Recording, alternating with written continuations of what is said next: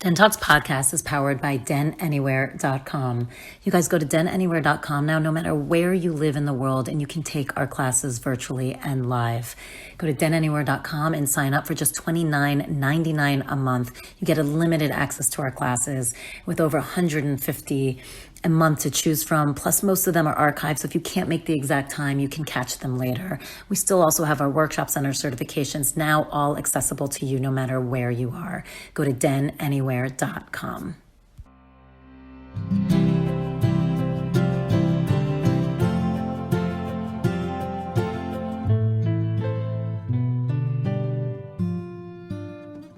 Hey, welcome to DENtalks Podcast. This is Tal Rabinowitz. I'm the founder of Den Meditation. And today I'm talking to Jeroen de Wit, who is actually the guy who comes in and does our past life regressions for us. He's really interesting. He has studied QHHT under Dolores Cannon. He has done over hundreds of past life regressions. He is from the Netherlands. And this episode gets a little totally woo-woo, and I love it. I mean, we talk about everything from multiple universes to ETs, aliens, how many lives you can have, what death is about, what happens after you die, what it looks like, contracts you sign. Can you have more than one soul in your body? I mean, we really get into it. I ask every out there question possible because I really love this stuff. So go along for the ride. Even if this feels far-fetched to you, I would just buckle up and enjoy it and just kind of like open up to listening to it because at least it's fun. And I think above all, again, whether you like it or not, you're going to really learn that we do have purpose, what love is about, and why we should all be kind of acting from a place of love and trying to raise our vibrations. So, like I said, buckle up. It's a good one.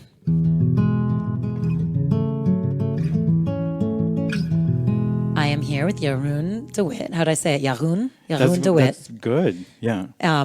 He's from the Netherlands. He is the guy who does all of our past life regressions here. You have to come. They're amazing. And I'm so excited to sit here and talk with you because he has studied and under QHHT, which is Dolores Cannon's Exactly. Yeah. style. And one of the reasons I'm so excited to sit with you is how you came into my life. I read all of her Convoluted Universe books. So that's 4. And you guys, these are not small books. There's 5 actually. Oh, there's 5. Yeah. I didn't realize that. Number 5 came out. We know what I'm doing this weekend. So it came out afterwards. Yes. She has since passed away. So that's why I said afterwards. So they are fairly large books. I devoured them all in seconds. I love it. And it's all about this, woman who through hypnosis, and then past life regression, has touched into all these universes and all these different forms of life beings and has really been able to get some, I hate the word answers, but some answers onto kind of like how all this shit really works. Right. And they're fascinating books. And so I was obsessed with them and I was obsessed with Dolores Cannon.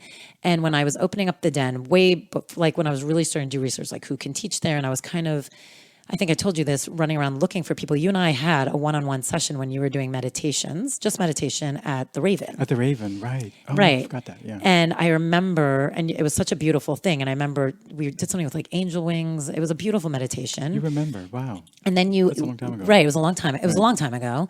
And then you emailed me out of the blue, not knowing me and not knowing I was there, asking like maybe to come teach here. And I was looking at your things and it was all, you studied under Dolores Cannon. And I was like, this is amazing. And so he's since then been doing past life regressions at the Den. Obviously he does he has his own business.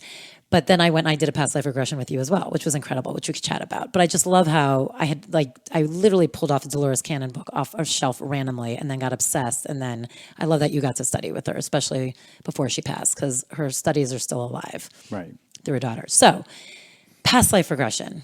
I want to talk all about it, but I also want to talk about you. So you're from the Netherlands. Yes. How did you even get over here? I got over here, I had never been to the West Coast until I used to be a dancer. And so I was invited to do a project out here. And so I went because I love to travel. And then I came here and I just loved the climate. And we were rehearsing and then took an RV into the desert, the Mojave Desert, where we recorded a beautiful dance piece. And I just fell in love immediately with nature, with the desert, with the people here, with the culture. And going in the plane back, I just cried and cried and cried. I knew I was feeling how restrictive I'd felt being in the Netherlands for all of my life. I'd always felt like the odd one out. I didn't really belong to the culture. And what does that mean for you? Like, how did you feel odd man out? Well, it's a very cerebral, very rational culture, and I am all feelings, and I'm way more expressive than I ever knew I was physically. So the culture is very it gets off on talking and discussing things. It's very, very rich and very structured in its thinking. Yeah, very focused in the mental from my perspective. And but feeling and expressing as an individual in an emotional way or physically is sort of frowned upon. It's Calvinism that's gotten in the culture, and so I felt restricted by that. I didn't grow up feeling very like worthy within myself, and so I was very insecure. And it wasn't until I came to the stage where I saw, oh my God, this is where my people are. I've always been Californian at heart. Wow. And then there was a whole process of like purging all this sort of self-doubt and not feeling secure within myself. And what was that process like for you? Well, it had been ongoing. I had been in therapy for a long time because I just didn't feel at ease with myself and some losses that I'd had. And so there was therapy. There was I studied at the University of Santa Monica. I don't know if you're familiar. Yeah. So this therapy and so what's happening here? Like once you got to this This States was into back California. it was back in the Netherlands and also over here. Got it. Yeah. So I had a sort of a spiritual awakening or emergency in the late 90s, and that's what started the whole path. And it wasn't, rainbows and unicorns. It was just hard and grueling. It was really tough. What was your spiritual? What was it? So I went to Landmark Forum. Do you know what that is? Yes, I'd actually be curious to talk a little more about it because people have different perspectives on it. Oh yeah, I have a very specific perspective on I've it. heard a little culty, but I've never been part of it. That's Right. what I've heard. So I'd be curious to know. Well, for me, it was back in the late 90s. So I did it because I had finally gotten into dance school and I thought, this is it. I'm going to be living my purpose. I'm going to love this. And then I was in school not liking it. And so I was wondering what was going on. I was always trying to get out of classes and looking at my week schedule, like which classes can I ditch? Right. And so the dean of the school actually suggested that I go to Landmark just to sort of get clear on who I was. And so That's amazing. it was amazing. Yeah. Yeah. And I thank her for that because I could be. That's amazing guidance. Not It is most amazing people don't guidance. get that in that position. Right. Yeah. I should, They'd be like, maybe you shouldn't be here. Would be like the most guidance you'd usually get. yeah, no, it was amazing. You're right. And so I went there, and at the end of the course, people were just completely jubilant, and I felt like just a rug had been pulled from underneath me. There's a couple of insights that you're led through, and what happened to me, I think, I had a Vedic astrologer. I had some really good language for it. He said that when I was born, I just shut down my circuitry because it was just too harsh to be here, and that was the right thing to do. And then it came online when I did that Landmark Forum, and so I started feeling everything that had been suppressed. And so I went on a long journey of therapy and all kinds of healing, just to feel well in myself again. And in doing that is actually what started me on this healing path. So. Because I found out the empowerment that I found through it and the beauty of it. Because I would work in groups with other people, and I would see everybody's personal healing process just expressed in a very, very unique and very individual way. And it was beautiful to me. And I never knew what was going to happen. We were dealing with past lives or emotional stuff or stuff from childhood, inner child stuff. So it was a beautiful, very varied place to learn about healing and to experience it, both within myself and also see other people go through it. And so this is what really grounded me in the path of wanting to do that for others. That's great. Yeah. And then you mentioned that you had a kind of a tough spiritual awakening. It was the Landmark Forum. So how it happened, everybody was jubilant. At the end of it, I felt like the rug had been pulled from underneath me. And it's hard to describe. I just felt... I don't know. I don't know if it was pain or I felt like I was going crazy afterwards. And so What do you think caused that? Do you feel like it was just finally feeling or finally opening? It was the shattering of like a very fragile ego structure that wasn't based on who I was, but based on what the world was telling me. Yeah. So I had bought into the voice of the world rather than who I was, and that got just cut off. I don't quite know how, but that's what happened, looking back at it. And so what was left is that I wasn't there. There was just pain and, just suppressed feelings I had been expressing. I'd been checked out for the first part of my life. So I would be sort of off in another realm halfway while I'm talking to somebody, and I'd be just, Flitting about. yeah, I wasn't Are really you close with present. your family? I am, yeah. So is it interesting for them to see you now? Like, do you seem like a completely different person than the child who grew up with them? I do, yeah. I mean, that must be really interesting. Yeah, I mean, of course, there's a core of me that they know, but I'm way more expressive now than I used to be. Like sometimes I just kind of look at myself expressing and being in my own authenticity more now than I used to be. It looks very, very different from my upbringing. Yeah, I was like a little gray mouse. Yeah. And what does authenticity mean to you? Like, what if you look at yourself now? How do you describe yourself?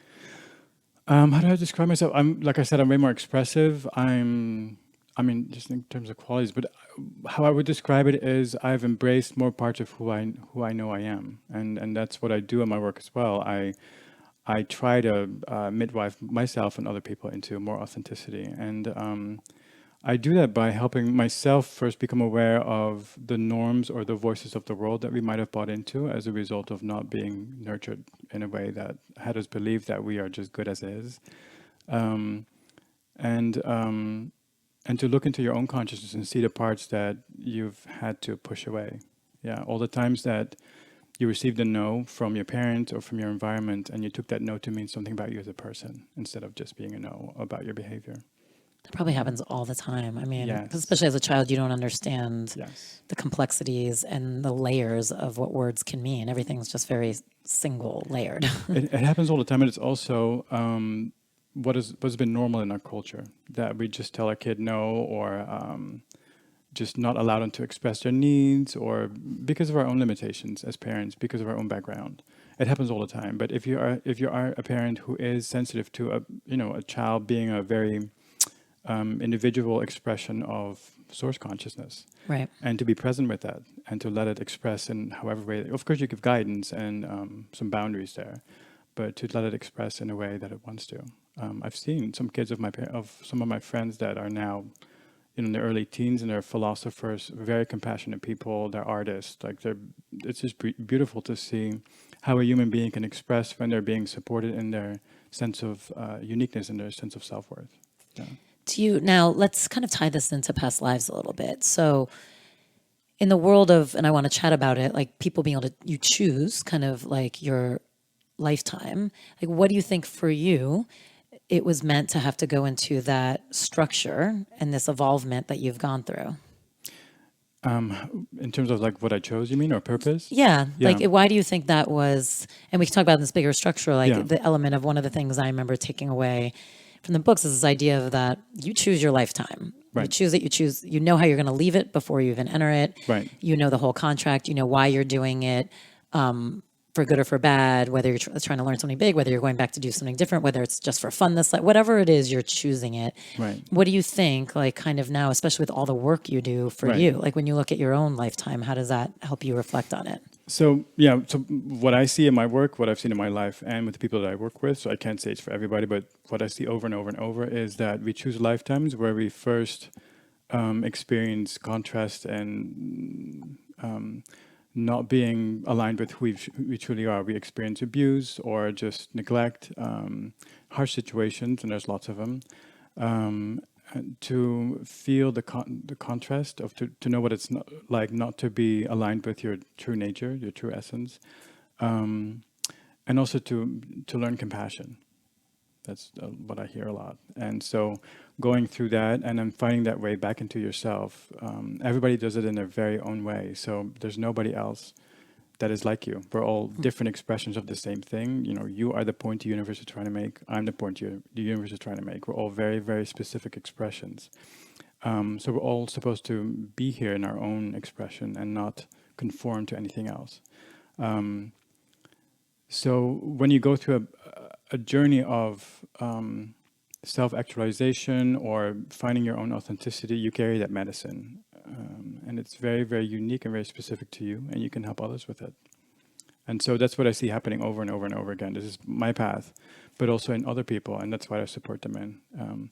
We're all turning our shit into fertilizer. I love that. And talk about a little bit of what it means, like from kind of like the metaphysics of it all. It's like being energy beings, and like how many lifetimes do people live? I don't know. That is because, yeah, I encounter this a lot that we want to approach the subject with our linear human mind. We want to know how much and when and where and how it all fits into neatly organized categories, but it just doesn't work that way. Let's talk about it too, just labels in general. Like if you were looking at this as, I mean, how would you describe kind of the universe in general? Energy, like all energy, light source. How would you like? What's A your word like I would use like creator or source or universe for it, and then there's different dimensions of existence. That's my best description of it. in different dimensions of existence and energy that goes? It's limitless. Yeah, I think so. Limitless and endless. Yeah. So then the idea of like labels, which we do, which I was just asking you questions, like you were saying, is kind of Oh, we need them. We need them to be in this world of form and shape. We need to have labels for, so I can distinguish between that pillow and tell right there. right. Yeah. But do you think the labels end up being what kind of limits are? Does that make it's difficult for humans to then have the bigger scope of the idea of what's happening, be able to connect in a bigger way because of these labels? Things are good, things are bad, things are negative, things are positive. You're a boy, I'm a girl. Like, do these labels end up kind of constricting us in a way that if you're really looking at what all the energy is about, it's like endless and limitless and moving. Right. And just like you said, I can't answer, is it this, is that? It's free flowing in some ways. I mean, I think that's there, but also we need the labels. I think if we were to come in with no labels and it would just go bonkers. Right. It'd just be like, it'd be too much all at once. I think they're very helpful. Sort of like little stepping stones to go through to expand your mind. Yep. Dolores used to speak about this a lot. Whenever you open her book, the first page usually it says like, through this work, my mind has been expanded so much. Right. Because every time she would be confronted with different concepts that would just stretch her mind a little bit more. And what have you learned the most from working with past lives? That there is no set structure to it. Like you can think, oh, we're all here. Everybody who's here has had lots of lifetimes on the planet. That's not true. Some people, especially the younger generation, can come straight from source or from different councils or different star beings. That's all possible. And some of us, we don't have a lot of physical life, or we just came straight from source. So let's talk about why are some people coming straight from source now? Why does that feel different than it possibly could have in the past? Why is it different now? Yeah. Okay. So we seem to be going through a spiritual awakening, and the story that I've heard over and over through my clients, but also it's been corroborated through my colleagues in different places. When he says through his clients, just so you guys know, like if he's doing past life regressions and someone's tapping into a different lifetime that they've lived, they're giving information. So that's what he means when he says through his clients, he's learning information from the source or from their past lifetimes, things people can download and share, right? I just want to, I just want so people know. Go ahead. Yeah. So it seems that back in 1940, I just had a client just last week, actually. It's a nice story to illustrate this with. She was in source with her current husband right now, and they heard a sound. And so she was in that space when I had her in hypnosis. She said, there's a sound here. So what is that sound? She goes, oh, it's a nuclear bomb going off on the planet. And so why do you hear that in your space? Like, why is that a thing? And she said, because apparently nuclear explosions, it has not just a physical effect, but it ripples through the dimensions. And it was worrisome because of the access that human beings would have through different dimensions, not knowing about it, but being able to destroy more than just the physical. And so what was decided is that galactic beings would be incarnate on the planet to raise the frequency of humanity. Because the Earth at the time was just on a slow ascension path, but when the bomb was dropped, she apparently realized, my kids are going to kill me. The kids found the matches, they're going to burn the place down. And so what was decided through different galactic groups, I suppose, that they would incarnate onto the planet to raise the frequency on the planet. So all of us in this room, and also a lot of people born after 1945, are part of the volunteers that have come to the planet to help raise the frequency. And I mean, that's such an interesting thing to talk about. So for people who this might be like, what the fuck are they talking about? There is a lot of talk, like in this world of, especially right now and like the next 10 years, it's really important to raise your frequency because the energy level is shifting and the earth is shifting. And there's talk like, look, if you do this stuff and you kind of dive into the world of like past lives and other universes, other planets, other civilizations, it has been said, and please jump in because you know way more than I do, that there's been many civilizations on this earth that get wiped out. Not just the ones we're talking about. It's like Atlantis actually was, Right. and then they've ruined themselves by becoming too destructive Right. and kind of like losing, like you said, their path. Like, and all of a sudden the earth is like, oh, you guys are going to kill me. Right. So something big happens to kind of wipe it out, and then we all start over again. Right. And there's been talk that we're kind of getting to that precipice A and to that reset, point right. again of a reset. Yeah.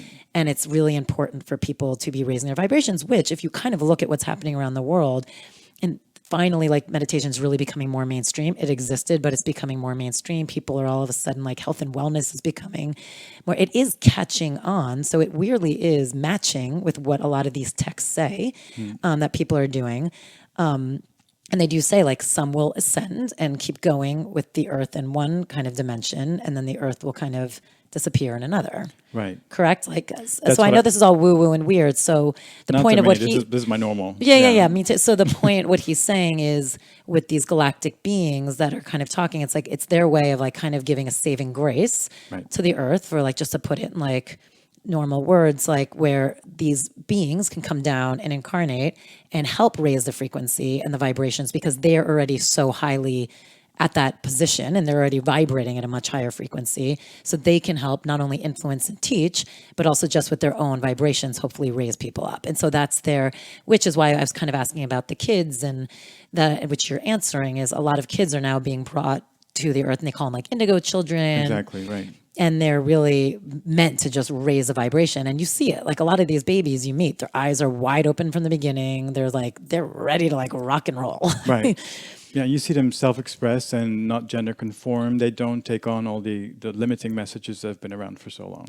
But it is really it's so interesting, which is why I love to talk about. That's why I was kind of talking about the labels of good and bad. And when you kind of start looking at the world and universe, and by the way, just go along for the ride, whether this is something you subscribe to or not. It's fun to at least go along for the ride, and at least for this episode, just think about it.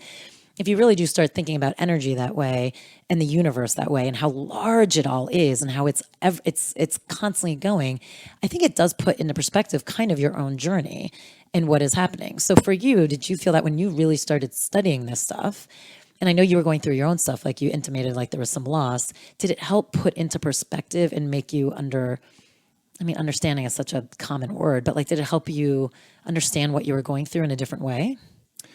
Not until later. First, I was just really concerned with just clearing the emotional debris from myself, just to feel better. And so later on, not until a couple of years back, I realized that it was very, very purposeful, and that it has helped me to become more empowered and more anchored within my own authenticity. Yeah. Is that what you mean? Yeah. And I just mean sometimes like you realize when these, again, a label, bad things happen to us in lifetime. And none of us escape it because we're Right. all here to have a journey Right. for whatever that is. When bad things happen, I think it's helpful sometimes to realize, oh, this is actually exactly why I'm here. Oh, I'm that's what you here. mean. Right. Do you know what I mean? Right. Like, oh, I am here to experience this, as painful as it is, as Right. sad as it is to have that loss, or as awful it is that that happened to me, or I can't believe I'm inflicted with it, whatever it is for each of us. Right. I think when you, because I feel like Dolores said somewhere also too about, just the body and disease and how energy affects all that, but also how you do choose certain lifetimes. Certainly. Yeah. So, okay, I lost my thread of thought. So yeah, I just wanted to comment on what you were saying. So yeah, so when I go through hard times, then of course I do think, okay, this must be for a purpose. There must be something to it. I don't know what it is right now, but it doesn't, give me a waiver to not feel. I still go through it, but there is an awareness about it being having some kind of purpose. So we choose our own vehicles for empowerment, and that's a nice word for our challenges. So it can be being, anything that doesn't subscribe to what the standard is now in our society. So we're all supposed to be male, masculine, straight, white, Christian, and probably Republican right now. It's the standard in the United States. Yep. And so if you haven't been nurtured to believe that who you are in all of your expression is good as is, then if you're in part of that society, you're going to look at yourself with unkindness, because you perceive yourself as not belonging to or not being part of. And also the structures in society do enforce that, because it's organized for the people that fit the norm. Yeah. So let's talk about even like Let's talk about a little bit, okay, what happens after death? Like in the things you've learned from studying this and past lives and looking at the universe in this regard, Right. what would you say happens after death for people? So we just seem to just take our bodies off, just like you would ditch a coat or something. And people sometimes float around for a little bit, and they hang out at their funeral. And then, sorry, I'm moving about a bit. No worries. And then they usually find a light. There's a beautiful light that they're being pulled into, and there might be loved ones there that are welcoming people. There might be guardian angels or spirit guides. And then there's different options. People can either just hang out and rest. That does happen if you've had a hard life, to just recuperate a little bit. And then there's different places you can go to learn certain things, depending on what you want to do next. There's like angel school, or being a spirit guide. You can do that. And then there can be a life review, and you can choose to go back to Earth or to a different place. And so you get your soul group together, and you figure out what you want to do next. And talk about soul groups. Right. So from my perspective, it seems to be the people that we travel with. So the people that you're in a family with right now, or that are close friends or loved ones, you seem to travel with them. So you just, after you've done a life, you get back together and you say, wow, that was an interesting life. You were a very hard partner to me, and thank you for that, for teaching me those lessons. Let's flip the script and do something completely opposite. Like a lot of people come in, you might have been, parent and child in one lifetime, and then the next one you're lovers or friends or student, teacher. There's, the different ways that we relate to each other. I love what you just said, because again, I keep trying to bring this to like perspective to help people, like when you're going through shit, but like you just said, hey, thank you, your husband and wife, let's say, it was a really rocky road, probably some gnarly things you were intimating happen. And you're basically saying, oh my God, so good to see you. Thank you so much. Exactly. For those lessons. Right. I mean, it's like there's so much love in what you were saying. Yes. And I think, again, if there's a way of knowing that and if the more we can be open to these energies and in the world working that way, the more I think, while we're presently earthly beings, which is a hard road, it's not easy. We feel a lot, we go through a lot, we're emotional, and that's kind of the point. That's why people come here, to work their shit out. Right. It's like the more you can kind of remember this person who's driving you crazy right now or upsetting you, like, is also, there's a way to look at them with love too, because the more we can then do that, the easier all the situation become. Now, by the way, I'm not saying lay down backwards and let someone treat you like shit. That is not what I'm saying. And I know someone will interpret it that way. It's about learning to not to do that. It's to find your self-worth and your empowerment through that. Yes, and to find and love. And I remember somewhere else, I remember reading in these texts too about how light, which kind of makes up all of this, because it's the molecules and the energy. So whether it be the light that our beings are, or source energy, or the molecules that are literally in our bodies, or if you want to go back to the Atlantis days, like the lights of the crystals, which we still have, that they were amazing at using crystals to like take care of everything. And I think we're starting to really recultivate that kind of industry and remember that knowledge. That's a perfect way to say it. But it's like, that's also love. Like love and the light equal each other. So it's like the more we can start living every day. And that goes back to what we were just talking about. How do we raise our vibrations as a human race on Earth so that we can save the planet? It's like it all is knowing that every single one of us is made up of these light molecules that we each share, that are all part of all of us. And I think Marianne Williamson was saying it's like a spoke of a wheel where we all come from the same source. The middle of the wheel is really all of us. And even though we feel like spokes because we're different humans, but it all is from the same source, that there'd be a different way of kind of approaching our day to day. Right. I agree. Yeah. But it is really, I mean, amazing. That's why I kind of wanted to ask, like, what else happens up there? So is there ever a chance when you're up there as a soul, and these might be questions you might be like, I don't know, but I'm asking anyway, that some soul can, like, that they're done. And I don't know what done means, like that they don't have to come back to Earth and keep learning. Like, is there a moment of ascending to a different there seems to be place and time, or? There seems to be. I'm not quite sure what the criteria are, but there seems to be a moment where people can decide to be done with it. Yeah. And I'm not quite sure if that's... you deciding for yourself, or it's done with other souls together, or with your guides. But there seems to be a moment where that's done. I don't know when that is, or what, like I said, what the criteria are. But that seems to be possible. What was the most interesting past life you listened to? Ooh. So I do so many now, so they all kind of run into a I know, I'm blur. sure. Yeah, and so they can be very mundane and very sort of out there, but the out there now is normal for me. So I just don't really retain them. Let's see. Are there any that you remember just getting information for yourself that you're like, wow, that was like mind bending. I just learned something. There have been many. I mean, I like the ones that are about human origins. I'm fascinated by our history. I'm always on Wikipedia looking at the spread of the genes and also the development of language and how they overlap or not. Because I want to find out what our origins, because there's so much about our origins that I think that we don't know about. I agree. That we're finding out about through the sessions as well.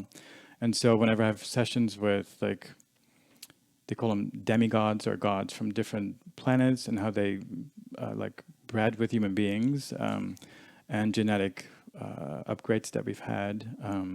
So whenever there's sessions about that, I'm really, front row seating. I'm really interested. Those are my favorite ones. So let's talk about that. Aliens. I love it.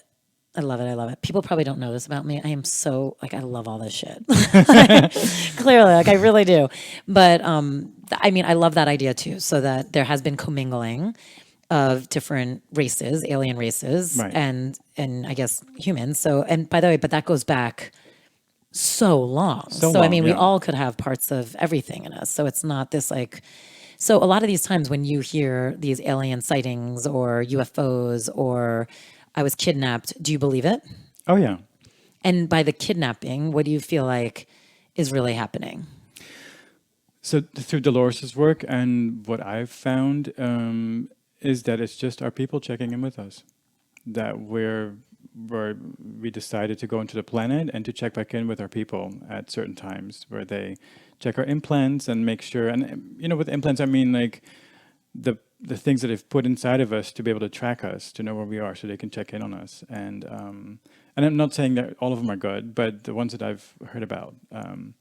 So it's just our people, our star family that is checking in with us to see, because we're here with a specific mission, and so they want to make sure that we're still, steady as she goes. Right. And that star family, a lot of them have information that they're trying to impart, right? Correct. Yes. And help us in Yes. a sense. Yeah. It's so funny. I had an interesting experience after like a really deep meditation, like crazy.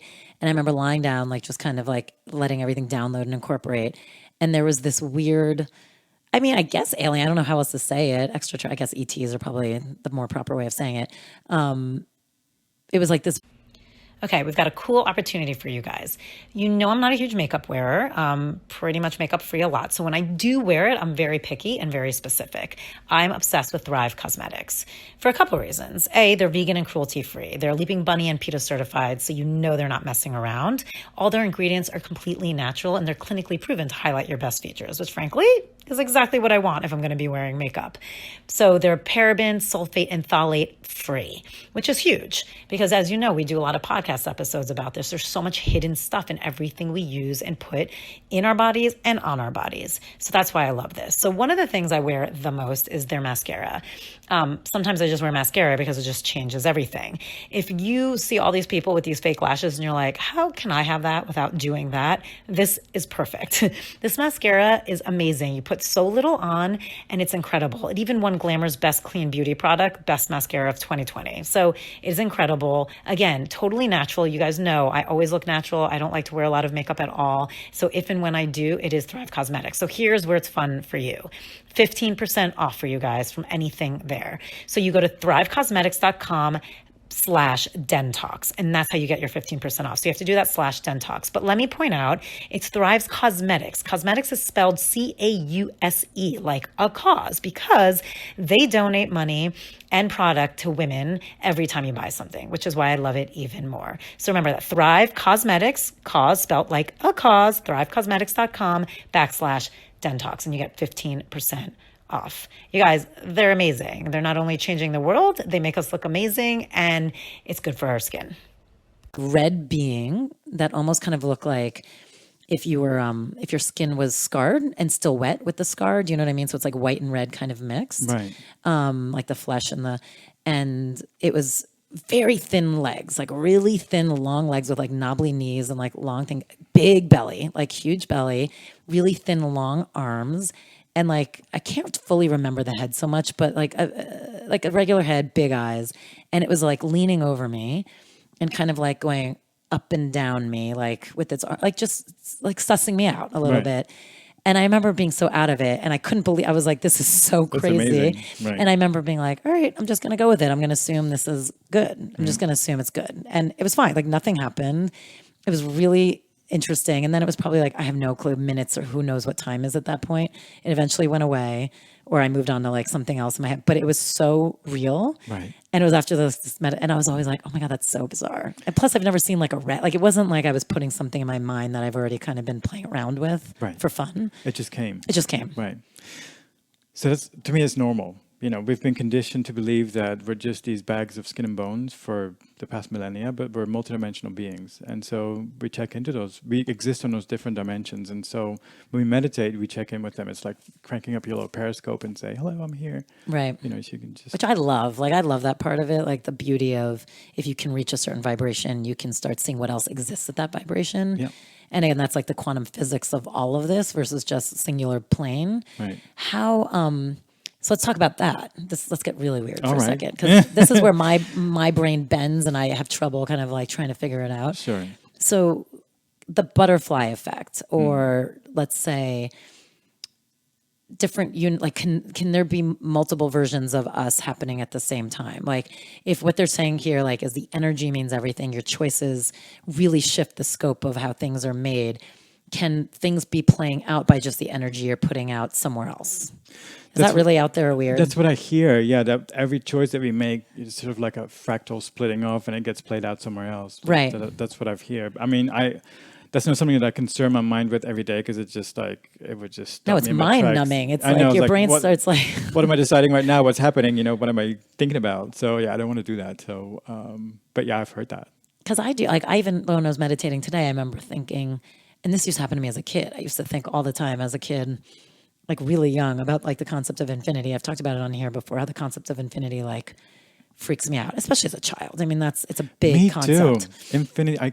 Your mind just goes like cannot compute. So even today, like in meditation, like I was having a moment and I was actually thinking about it. And I was like, oh, it's so interesting how like where I look at the world differently and, you know, still what comes first, like the chicken or the egg and blah, blah, blah. And you still go back to source and God. And even if let's go along this track, you believe in like a God or an energy or a source, whatever you want to call it. It's always like, but when?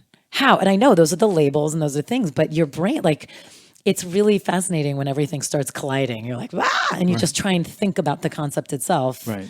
And it's a little, which is why I guess why mathematicians exist, because you have to like try and quantify everything because it's a freaky feeling when you can't quantify it. Exactly. Yes, that makes sense. Yeah. No, it is really fascinating. So the interesting thing of what we're talking about, which I like, and we'll go back a little bit, not as crazy as the butterfly effect, but life and death. So they're like benchmarkers in some ways then. Like it's to us, they feel like everything. Like in this field and where we are right now, it feels like you're born and then everything starts. And then when you die, it's all over and it's horrible because you've left and it's awful, whatever, you know, but really if you're looking at it and how you're saying from listening to people's past lives and getting information, they're just little dots. The birth and the death are just little blips on the radar of a much bigger lifespan. Right. So what it looks like from my perspective is that we as a soul, we just decide to split off in different experiences. And on the level of the soul, apparently there's no time. And so it all seems to be happening right now.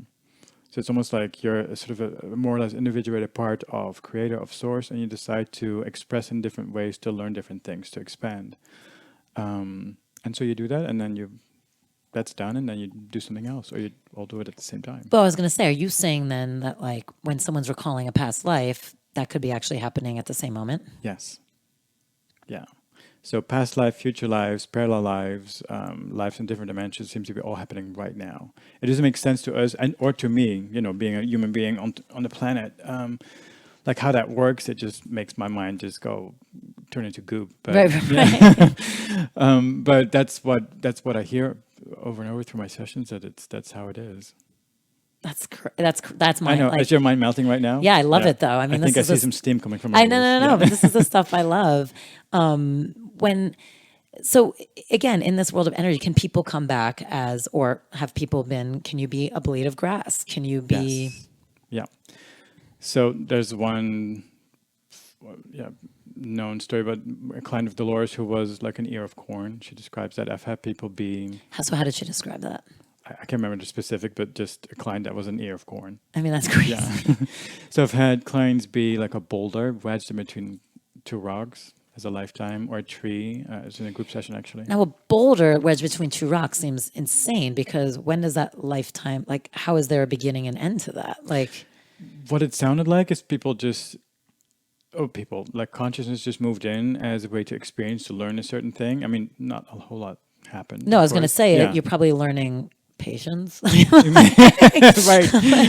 Or like, very slow Or feel- passing of time. I don't know. Yeah, patience or right. feeling maybe stifled or, I guess Right. there's a lot to learn from that. I forgot the specifics of it, but I remember them having that lifetime, and then when it was done, they decided to just pull themselves out. So you can do that, or being like. So, okay, so that, sorry, this is going to be a ahead. mind-bending question on that regard. Can people do that with human bodies? Is there ever the chance where, let's say me who you're looking at now, has actually had two different, maybe more souls or consciousnesses? How do I say that plural? So Consciousnesses or it sounds or weird. souls. Yeah. Souls. Let's go with souls. That's Right. just a prettier sound right now.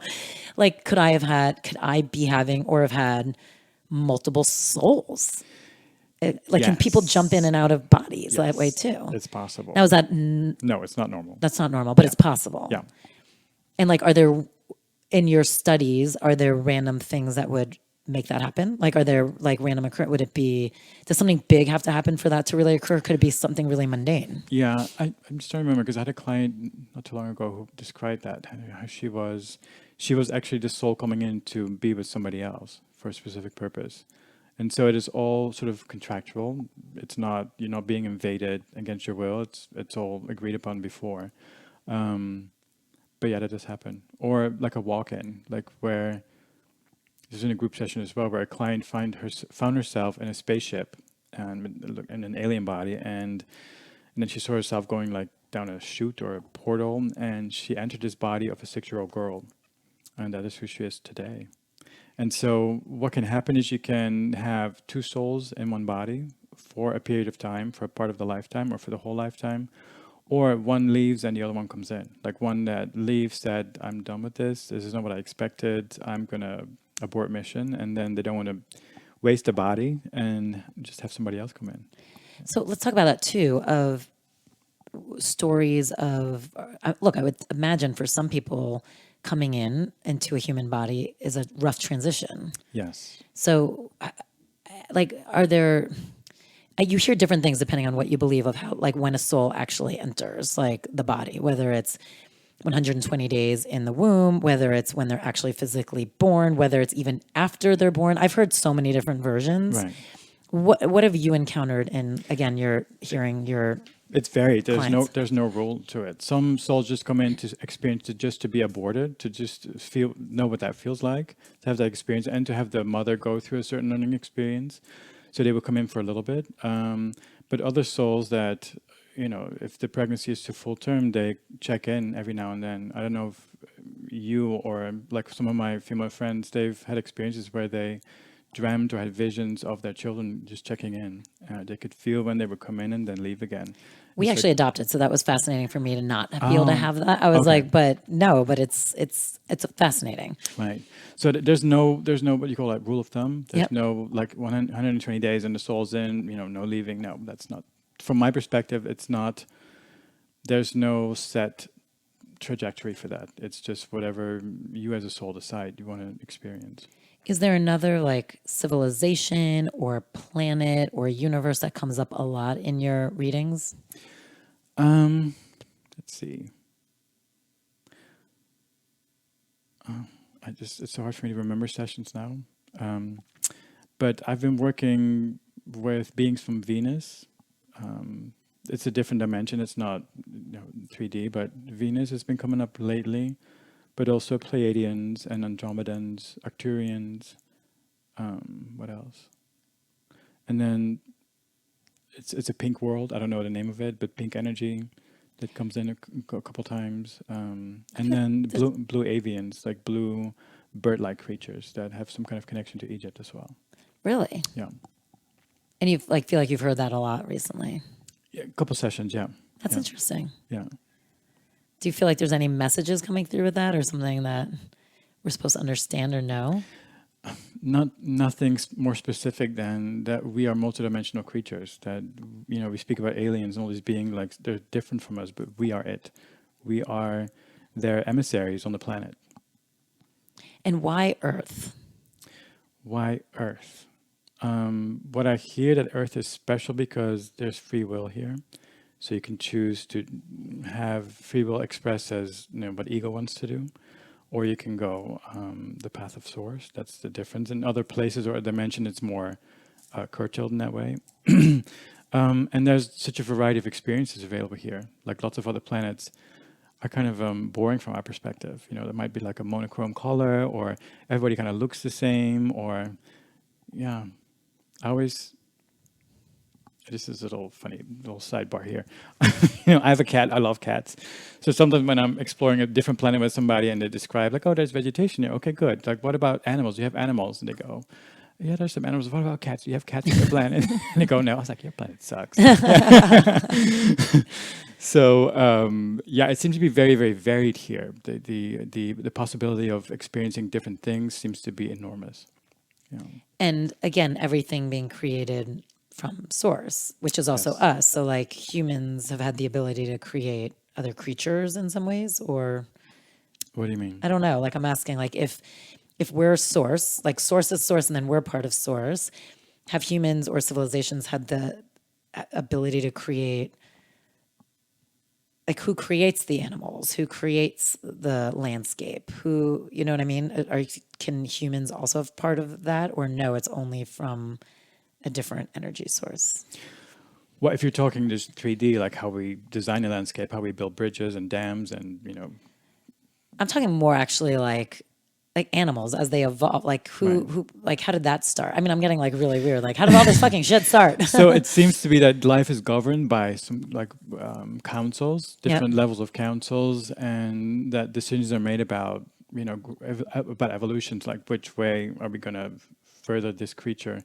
Are we going to just start it and just pull out and see where it goes? That happens, like a petri dish experiment. Yep. But some creatures or some certain developments are governed, and like human beings, we've been watched, and our evolution has been helped apparently. So like when we put in structure, like let's say churches, politics, governing. Again, I agree with you. Like what you were saying about labels up top. Like we need labels, otherwise it's kind of chaos. And it's an interesting thing when you kind of like read up on this stuff. I think what comes across a lot is like, yes, we're a free will and that's what we have to learn and we're all one and we shouldn't actually have these labels and we should accept and we shouldn't be trying to like, in some ways it's like we need to get rid of all that stuff, but then how does it function without, like you said, how does chaos not ensue? Well, I don't like talking about shoulds in respect of labels because they're helpful. They're helpful to make us feel safe and to know to have some sense of security and to know what's going on. But everybody has their own pace in like moving into a larger, to stretching their mind. So it's like there are stepping stones. There are structures that we can use to expand. That's how I see it. Now, when you talk about everyone has their own pace and their own stepping stones, and you're basically saying in your learning process of why you're here in this lifetime, are the different paces specific? Like, is it for different levels of where you are, or is it random? I don't know.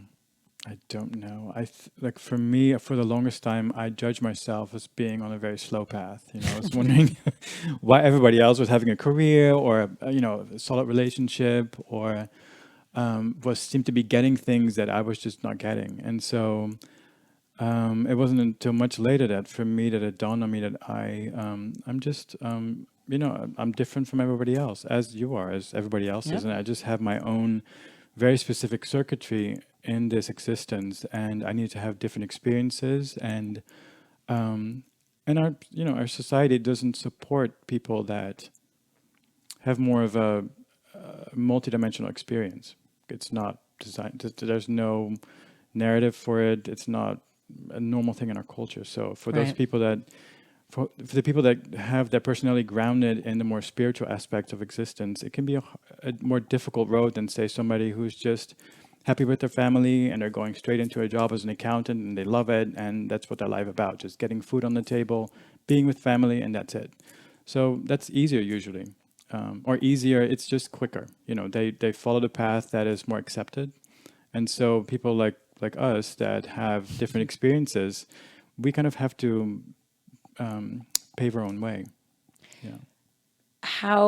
Yeah, I mean, that actually makes a lot of sense. Do you do past life regression yourself? Like who Oh, does yeah. it? Who does it? Do you do it? How do you do it? Who does it for I you? just get a colleague to come in and do it. Yeah.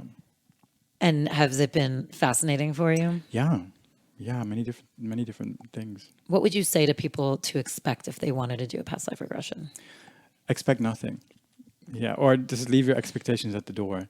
The process is very, very different for everybody. I can't say, I never know what's going to happen. Like my today's client, I don't know what's going to express, what's going to come in, and what way she's going to experience it. I don't know.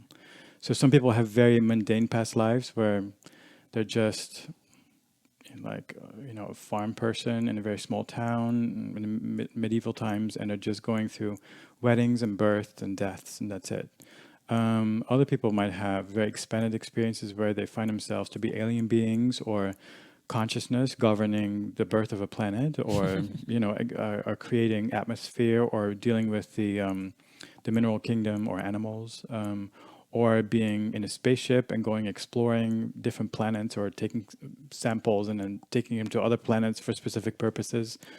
I don't know what's going to happen. So what you expect is that you're going to have an experience with your higher self. That's really what the session does. It creates a stronger opening to your higher self. We call it the subconscious. And it's going to inform your life in a way that's going to be helpful for you. And it happens in a way that's not for the conscious mind to figure out. It's more like it percolates through your system and flushes things out that are no longer needed, and just giving you a little upgrade. And so how does it help you? Like when a session is done, Right. what can someone expect? It varies. Yeah. For some people, the healing happens on very subtle levels. And so they might not notice very much at first. And it's not until maybe years later that they might find out. It's like, oh my God, this is what that was. And for some people, it's very immediate and very tangible. Like I just today was talking to a client. She said that things shifted immediately. It can be very physical things like job or a relationship. Things shift in the positive. Good things happen. Or physical issues might clear, or people just might feel like a stronger connection to who they are. They might have come home more to themselves. One of the things you said to me before we had a session, which I loved, because my brain doesn't stop working ever. And I remember I said to you, I'm like, yeah, I'm not so sure how great this is going to go, because I will start thinking too much and not let the process actually happen. And then you feel like you're bullshitting and creating your own past lives. And you're not alone in that. A lot of people have that. I'm sure. Yeah. And also, like, I'm a creative human, so I can really start creating whatever I need. Like, so I actually don't trust what's happening. Is it me or is it?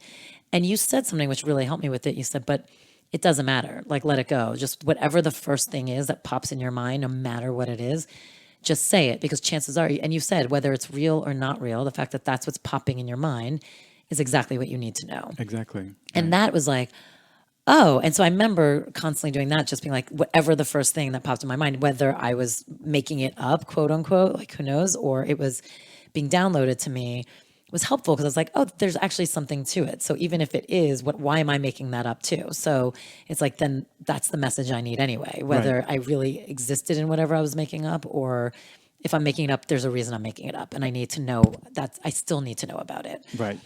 And it's also our conscious mind that wants to have us know, that wants to think that the images are just, that's all there is to it, to this session, but there's other stuff that happens behind, past what the conscious mind has access to.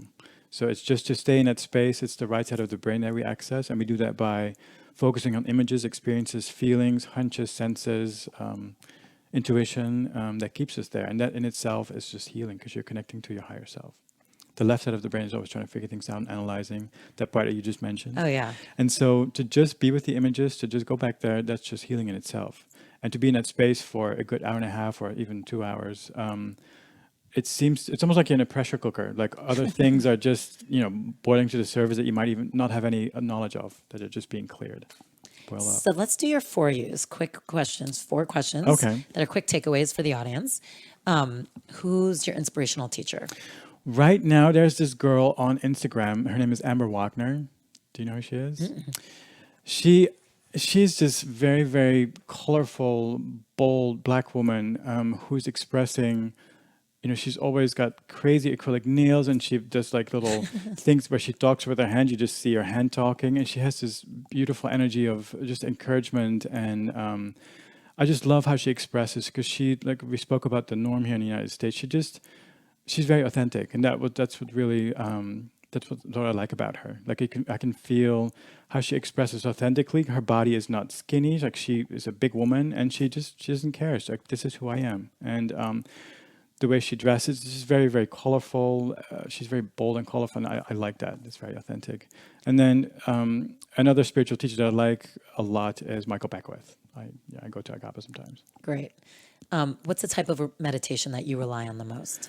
So I work with dragons as well. I do a dragon meditation, and that's what I rely on the most, because doing the sort of energy work that I do with people, it's almost like I call them in, and it's like a tweak of my own circuitry, of my energy. What do you call it? My aura, my energy field, and it helps me to stay grounded within myself and to be of service and to not absorb too much of other people's stuff. That is so hard. I'm always amazed with teachers or guides, because you're surrounding yourself with other people's energy. I mean, we all are around it, but you're really taking it on, and you have to have skills to be able to Yes. Otherwise you'd be drained constantly. Yes. And it doesn't always happen the way it's supposed to happen, but it gives me some level of protection. That's great. Yeah. What's your current obsession? Los Angeles National Forest. I don't know if we talked about that, but I go there all the time. I just drive up to National, what do you call it? The Crest Highway, whatever it's called. And I park my car and go off the road a little bit, be with the trees and just look at the views. It's just lovely being out of the city and not feeling that buzz, the electrical buzz that's so present here. So like I just did it yesterday. How long did it take you to get there? Like about 45 minutes. Yeah, so we can do this, guys. I mean, I live in a valley now, and so it's a little bit tougher than where I used to live before. But there's still the Hollywood Hills, like Franklin Canyon is a good place to go for a quick pick-me-up. But the Angeles National Forest is so close for me. Have you always felt like you need to be in like nature for you? Is that like a go-to for you, or is it? Yeah.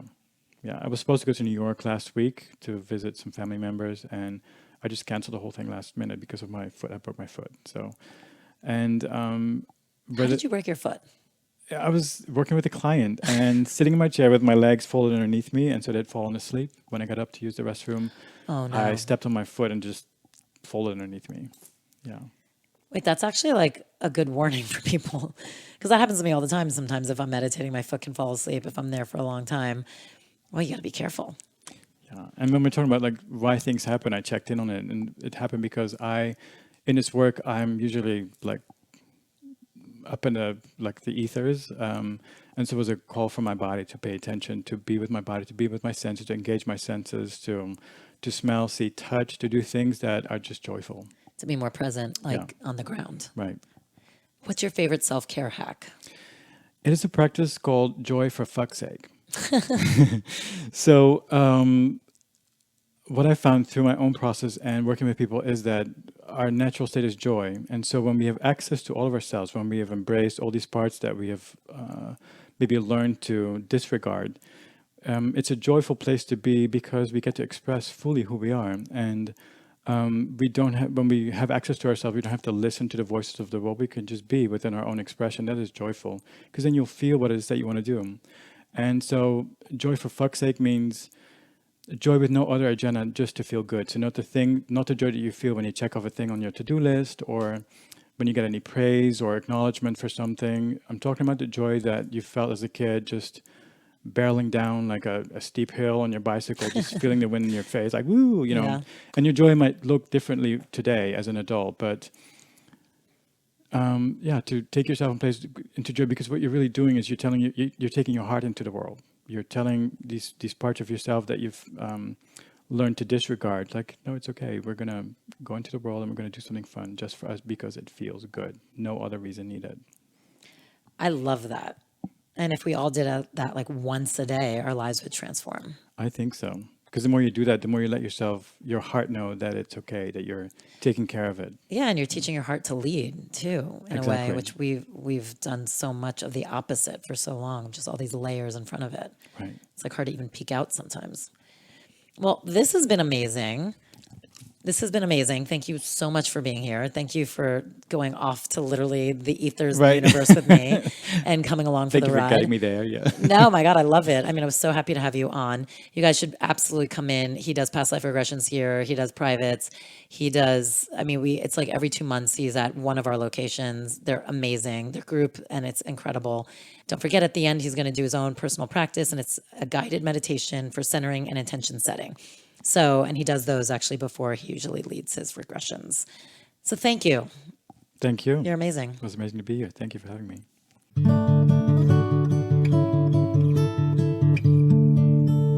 Welcome to this centering meditation. Make sure you're comfortable and then close your eyes. Notice how comfortable it feels to be sitting here or laying here. And notice that as we close our eyes, our awareness, our focus automatically moves back into our bodies. And to become more present with the here and now, we can focus on our physical reality, our physical experience. Noticing any sensations in our body. So maybe you feel the sensation of your clothing on your skin, the temperature of the air, or maybe gravity pulling on your body's weight.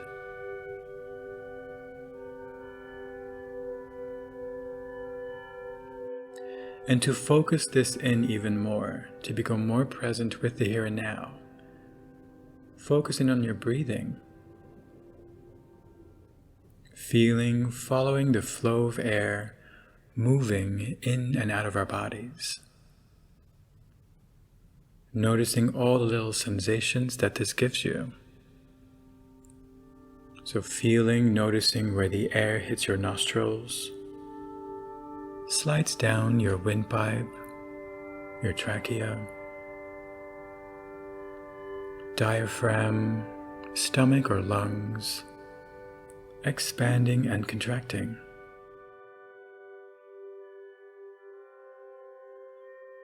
And then notice what's present for you emotionally. Tune into your emotional experience. Noticing pockets of emotional charges anywhere inside of the body.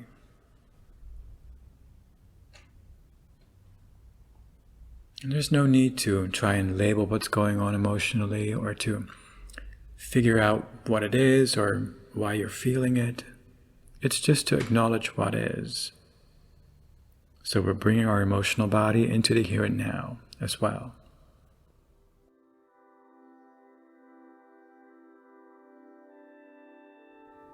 And then feel your body's weight. Feel the weight of your body and feel the pull of gravity pulling on your body's weight. Pulling it down and down towards the earth. Give yourself permission to fully surrender your body's weight into the pull of gravity. And feel your body sink down and settle down. Get more and more relaxed with every exhale. Every exhale taking you further and deeper into more relaxation. And all this really needs is just your willingness for this to be so. Noticing your body getting more and more relaxed with every exhale. Nothing else you need to do right now, but to feel that wonderful sense of support that's always there. The earth beneath you, supporting you, holding you up.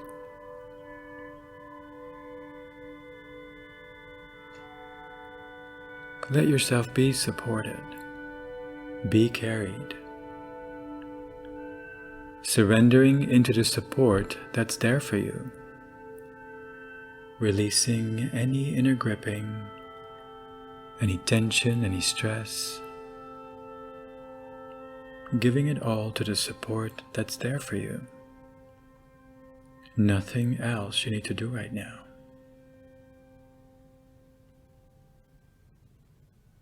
Center yourself within yourself by focusing your awareness inside of your heart space in your chest.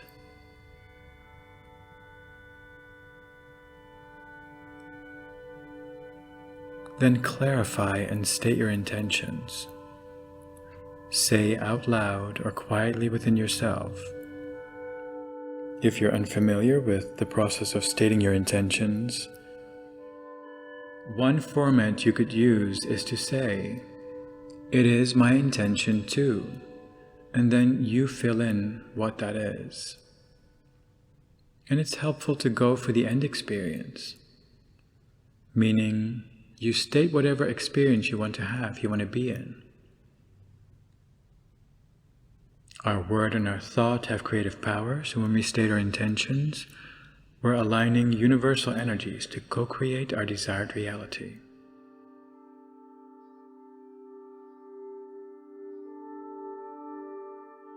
And if you believe in a higher power, you can ask it for assistance. Mother, Father, God, Universe, Source, Creator, Jesus, Buddha, Allah, Krishna, whatever word you have for that. Ask it for assistance. DENtalks Podcast would not exist without these incredible people: Nicole Rappi, Reem Edon, Hayden Fungheiser, Kim Bielik, and music by Alex Feder. Thanks for joining us. If you haven't subscribed, please do. And also, wherever you listen, please go and leave us a review. It's so greatly appreciated. It really does help us out. If you want to keep talking about all this stuff, please join our community on our secret Facebook page. Go to Facebook, search DENtalks Podcast, and join us there.